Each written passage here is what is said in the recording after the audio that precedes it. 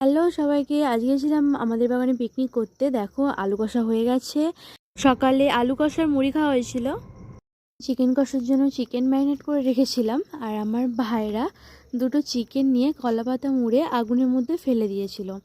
তো সেটা ওরা হওয়ার টাইম দেয়নি, তার আগেই ওরা তুলে খাওয়া শুরু করে দিয়েছিল আর বলছিল প্রচণ্ড ভালো হয়েছে, প্রচণ্ড ভালো হয়েছে। আমি একটু ওদের থেকে টেস্ট করে নিলাম, কিন্তু আমার একদম ভালো লাগেনি খেতে। তো যাই হোক, আমি এদিকে দেখো চিকেন কষা বসিয়ে দিয়েছি, আর এদিকে দুটো বোনেরা চলে এসছে আমাকে হেল্প করার জন্য। আর এই দেখো আমার ছোট্ট বোন, ও রেডি হয়ে চলে এসছে, আমার ভাইপো ছিল। আর এদিকে আমি স্যালাডগুলো কেটে নিচ্ছিলাম, আর ওদিকে দেখো হাঁড়িটা দমে বসিয়ে দিয়েছি। আর ওদিকে করার অবস্থা তো প্রচণ্ড খারাপ ছিল, আর সবাই মিলে ওয়েট করছিলাম বসে যে কখন কমপ্লিট হবে। ওদিকে দেখো সঙ্গে সঙ্গে শশা তুলে খাওয়া শুরু করে দিয়েছি আমার ভাই।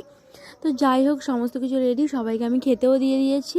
আর ওদিকে দেখো যখনই ভিডিও শুরু করেছি আমার ভাইপো গরম গরম বলে চিৎকার করে উঠলো।